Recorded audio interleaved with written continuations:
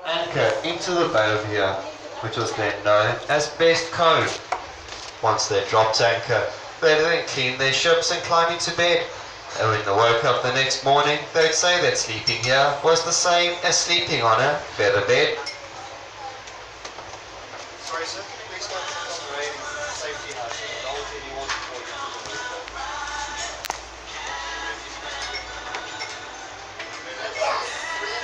And a few years later on the nautical charts, Best Cove was also renamed to Featherbed Bay. Looking in front of us, we can see more houses. These are located on the eastern head. The houses on the eastern head are rather precariously perched, but they are very safely supported by what is known geologically as Table Mountain sandstone. The distinctive red and orange colors in the rock is caused by the presence of magnesium and iron deposits. With Featherbed on our right on the western head and the eastern head directly in front of us, making up our two great headlands which guard the entrance to this lagoon. The port of Neisner. It was first opened to shipping in 1817. This is despite it being recognized as one of the most dangerous port entrances in the world. Between 1817 and 1954, there were 350 ships sailing in and out of this river mouth. And of those 350, 50 of them were shipwrecked here. The very first casualty was the British Royal Navy supply ship, the HMS Emu, in April 1817. She struck a submerged rock and got badly holed. Then she ran aground. But although she did not actually sink, she was so badly damaged that they wrote her off. And in late April, another Navy vessel, the HMS Padagus, safely entered the lagoon. There's dangerous reefs and constantly shifting sandbanks as well as jagged rocks on either side. So entering or leaving the lagoon in a motor power vessel is bad enough. But if you do so under sail, that is quite a different matter.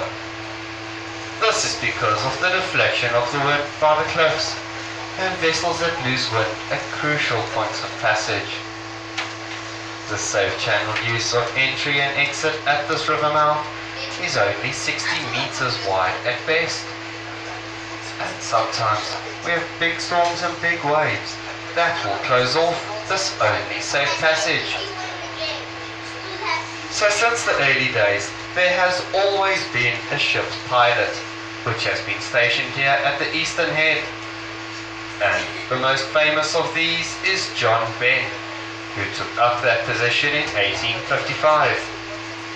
John Benn was famous because he never lost a ship under his care, and he is accredited with the saving of countless lives.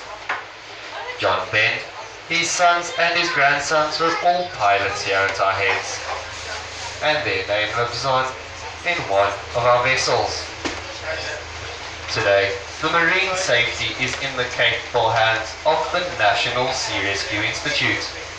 It is an organization that is manned entirely by volunteers, and they give selflessly of their time and considerable skills to keep our marine environment safe for all its users. The Sea Rescue Station is situated on the shoreline of the eastern head. Because we are part of the uninterrupted ebb and flow from the ocean, the tide here in the lagoon will change every 6.5 hours, with a normal tidal variation of 1.5 meters and 2.5 meters every 2 weeks on the spring tide. Now, this might seem like it is a relatively small tidal variation, but the lagoon covers an area of 18 square kilometers, sending an enormous volume of water over a very large area. Now in the waters of our lagoon is also a very special little animal This little animal is the most endangered species of its kind. You can find it in only 3 places in the whole world, which is here in the Neisner River estuary, Plettenberg Bay, the Keerbooms estuary, as well as Sagefield, the Swart Clay estuary. It is also the only species of its kind which is restricted to an estuary and cannot survive in the open ocean. This, of course, is the little Neisner seahorse, which will grow to a maximum size of 13 centimeters. And when a male matures, he'll make his first mistake and go off seeking a female. Once he finds one, he of course wants to impress her, so he does a dance and he will even change colors. This will last for about 3 days, after which the female will accept him and his problems in life will start. You see, once she accepts him, she will approach him, wrap her tail around his, and they do a dance together. When they finish the dance, she will deposit her eggs into his breeding pouch, leaving him pregnant.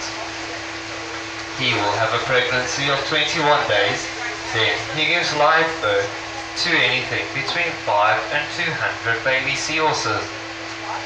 And shortly after he's given birth, the female will approach him again and put more eggs into his breeding pouch, leaving him pregnant again for another 21 days. And that is all he does the rest of his life, is he stays pregnant. 6 years of endless pregnancy.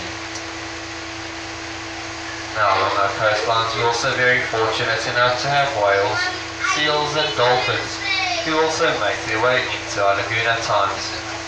The lagoon and its surroundings support 280 different species of bird life, with the most beautiful